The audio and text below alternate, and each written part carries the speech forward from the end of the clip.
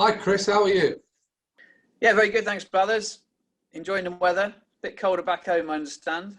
It is, although as you can probably see through the window at the back of me, it's a sunny day today, but it's been very cold. Yes, so it seems a long way from April-May cricket in many ways. What's it like over there? I mean, presumably you're in a very tight, secure bubble, and you're just having to stay like that, I suppose. Yeah, I think the rules are pretty clear now, and this sort of thing's been going on around the world in world sport now since the summer, really. I think English cricket was the first to get to trial the sort of bubble and get back to playing professional sport. So obviously since then, sport has been continuing around the world in various different guises, and the sort of the bubble system is been pretty secure, particularly in cricket anyway. So we're confined to the hotel, bus to the ground area. The areas in the ground are defined where you can and can't go. The Indians are staying on one floor, we're staying on another floor. All the staff are part of the bubble, the staff in the hotel, so they have to stay on site. They can't go home either. It's you have to do what you can, really, to ensure that the security, from a COVID point of view, and everything is being done that can be. Yeah, no, of course. Over here, the lockdown club is going extremely well, and your wicket keeping drills were released last week in week 2, and I've had some fantastic feedback from lots of keepers, young, old, in between. Male, female. So thanks for doing those before you had to shoot off.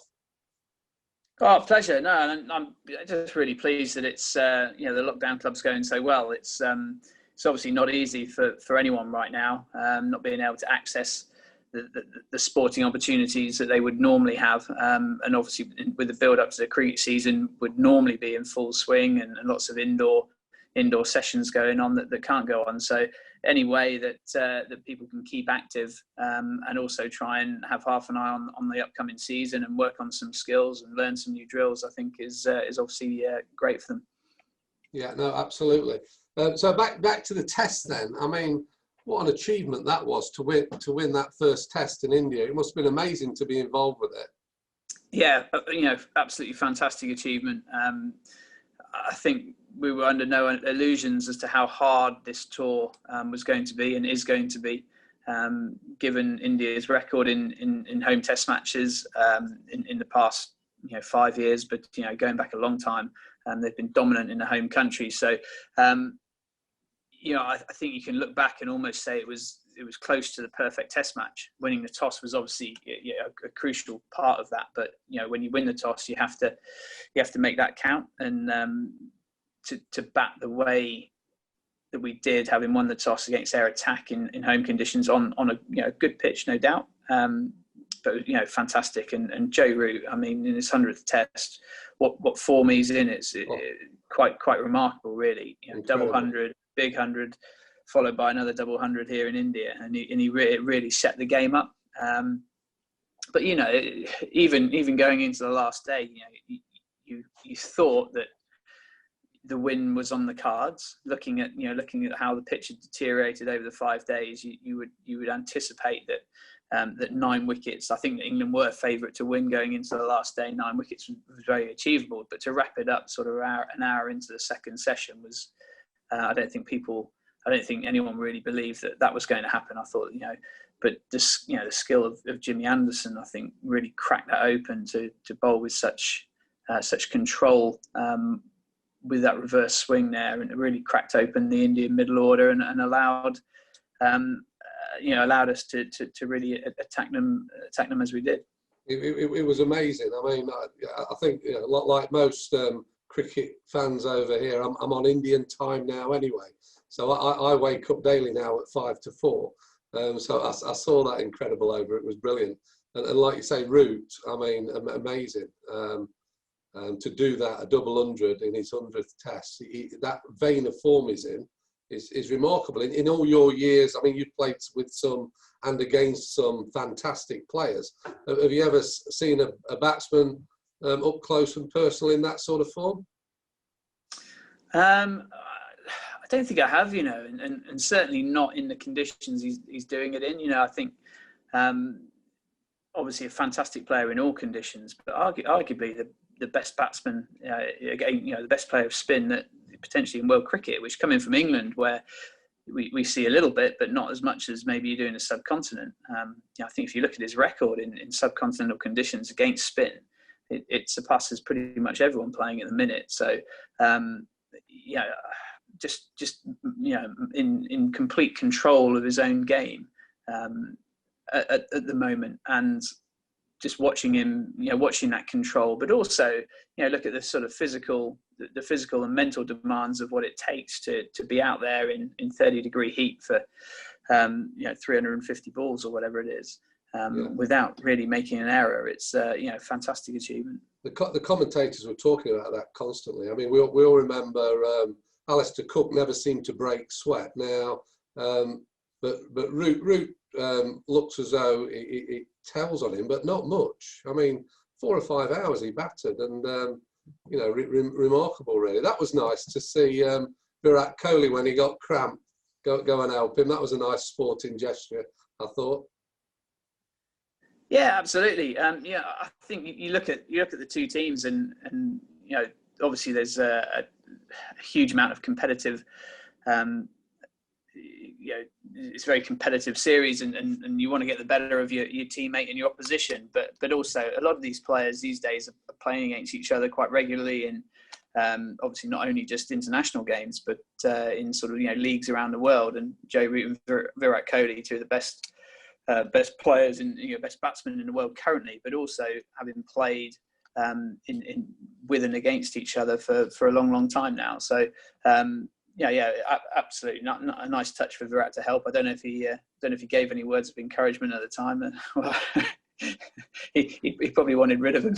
But that's nice to see. You can. I mean, you're involved at Repton School in Derbyshire, and you can teach people to be hard, tough cricketers, but you don't have to be unsporting, do you? You can still be a sportsman with that.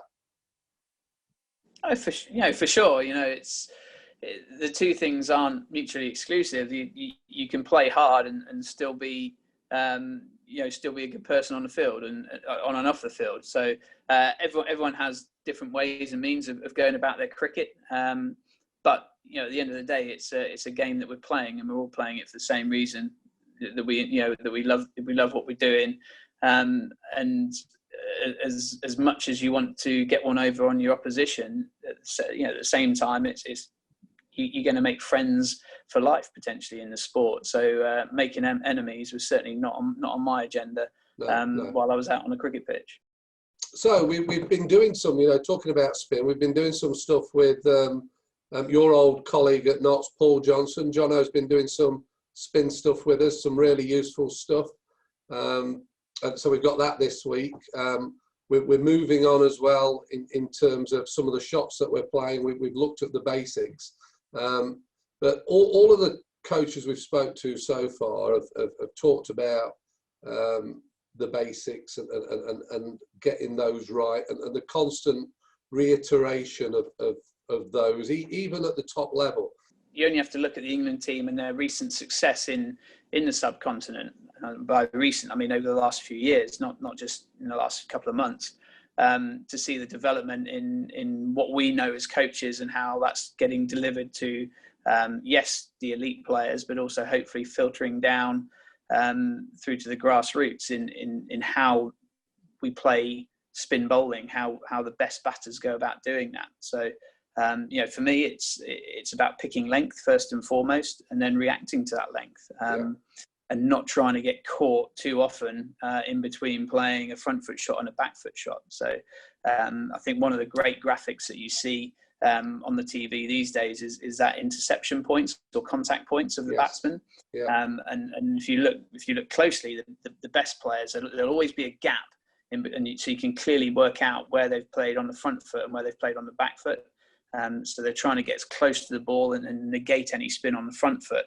But if they can get back, that creates a hell of a lot of time to be able to, you know, maybe defend the ball, but also cut, pull, whatever it might be. What you don't want is to be get caught on the crease too often and be caught in that sort of middle ground. On to the keepers. You're working with two keepers out there, I think. Josh Butler and Ben Folkes. Yeah, three actually. We've got there's James Bracey as well, who's Okay. part of the wider squad, and he's a young batter keeper from Gloucestershire, who's been in and around the squad now for a little while, and will provide sort of cover for wicket keeping and batting. So he's there as well, and obviously Josh, who has actually now gone home. So he's played the first test and obviously the two tests in Sri Lanka. Done fantastically well. I think that his wicket keeping was probably the best I've seen him keep over the period of the last couple of months in the subcontinent. But he's also obviously had a big impact with the bat. And Ben Folkes will almost certainly come in for this test match, and potentially the rest of the series. Who, you know, is widely regarded as one of the best glovemen, certainly in England, but potentially in the world as well. So I'm really excited to see how he goes about his business up close and personal in the subcontinent.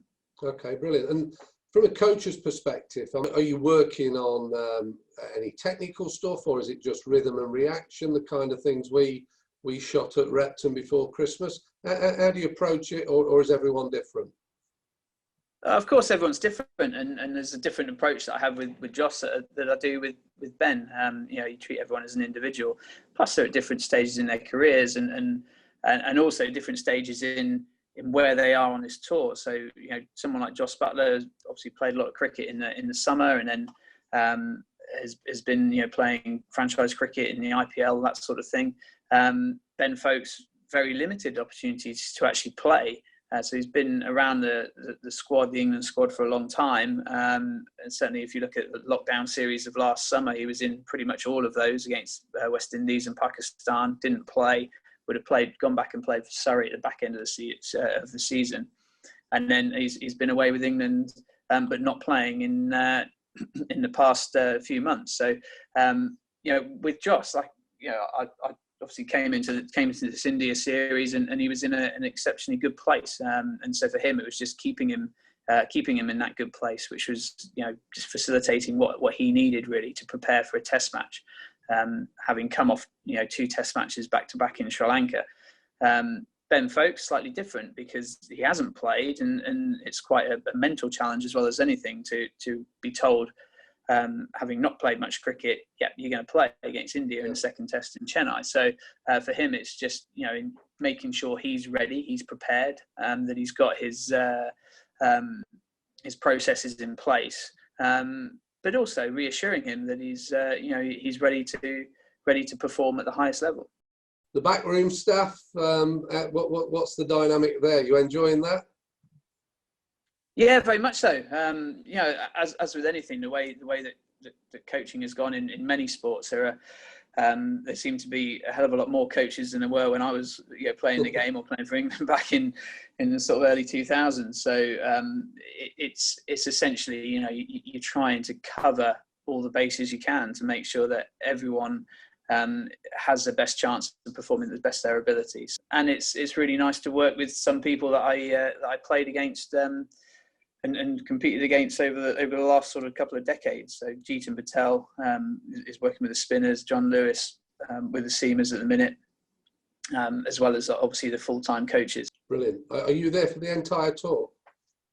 I'm here for the test series, yes. Okay. And then go home. So I don't do the white ball leg of the tour, but yeah, here for 4 test matches, 2 in Chennai. So we start again the second test on Saturday, and 2 in Ahmedabad, one of which is a day-night game, the third test. Okay, really appreciate you taking the time out to join us and talk to us about life on tour and what's happening over there in India, Chris. Pleasure, Blathers, anytime. Yeah, and yeah, you stay safe and make sure they win the series. Well, I would do my best to facilitate that. Although I think I think there's going to be some challenging times ahead. But Well, you know, they certainly have got off to the best possible start. Look at how they were under the cosh against Australia and then turned that series around. So I'm sure nobody's resting on the laurels. They're a bunch of fighters, aren't they? And extremely talented as well. So it gives us something to do over here. I'm really looking forward to it. Good stuff. Yeah, no, there's a heck of a lot of quality in that team, obviously across both sides. You know, I think it'd be very naive. I don't think for anyone to think that they won't come back strongly in the next game. All we can do is make sure that we're ready and prepared as best we can. Yeah. Okay. Thanks, Chris. Pleasure, brothers. Take care.